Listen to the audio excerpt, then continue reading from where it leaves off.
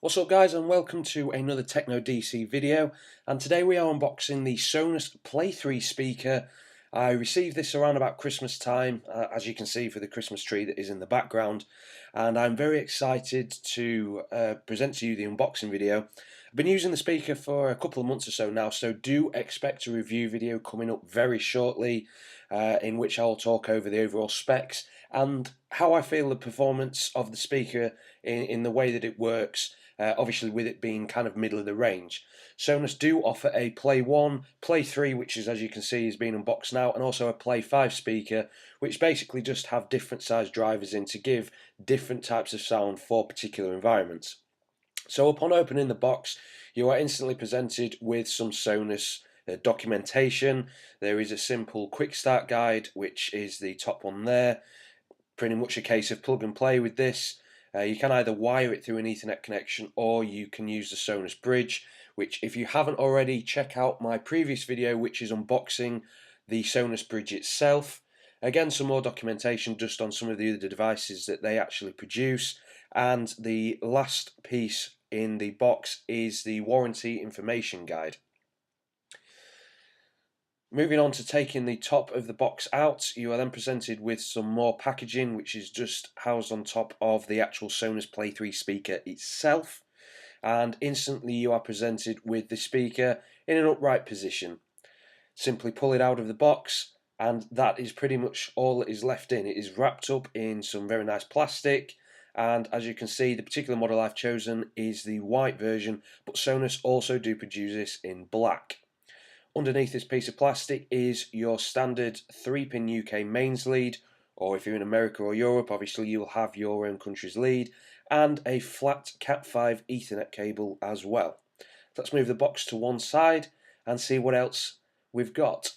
So as you can see, there is the Cat5 Ethernet cable. It is flat, so it looks very attractive, although I won't be using this lead because, as I said, I do have the wireless bridge, so that actually prevents me from having to use this lead, although you will need to use it if you haven't got the bridge and connect it directly to your router. Next up is the 3-pin power cable. Now, as you can see, just wrapped up in a plastic bag. It's a standard UK mains lead with which is obviously fused, and there is also a piece of documentation in there telling you how to plug the lead in, because it does have like a beveled edge, which means that it needs to be seated into the speaker properly itself. As you can see, I'm just pointing it out there. That does need to be pushed in all the way into the speaker to ensure a very solid and good connection. Next up is the Play 3 speaker itself. It's a relatively weighty product, so you can definitely tell there is some quality there, and I was very pleased with the overall feel of the device and how weighty it felt in my hand. It goes to show that there are some pretty decent components built into the speaker itself. Now, upon taking the plastic bag off, it's a very nice feel to the product.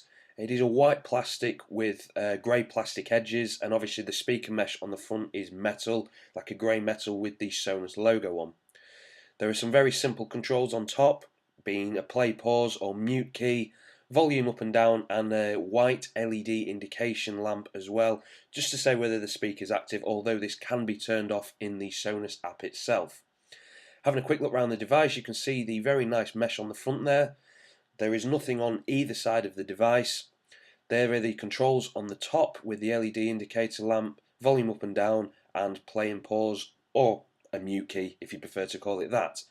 On the rear of the device you do have a standard tripod mount. You can mount this on a camera tripod if you wish, an Ethernet connection, and also the power connection. It is also worth noting that this can be laid horizontally, as I'm pointing out here, or you can actually stand this vertically depending on the setup that you are using it. And when you rotate the speaker, it does actually rotate the sound quality. So as always, thank you very much for watching. I'll be incredibly excited to bring you the review video, which will be coming up very shortly, and I will see you again.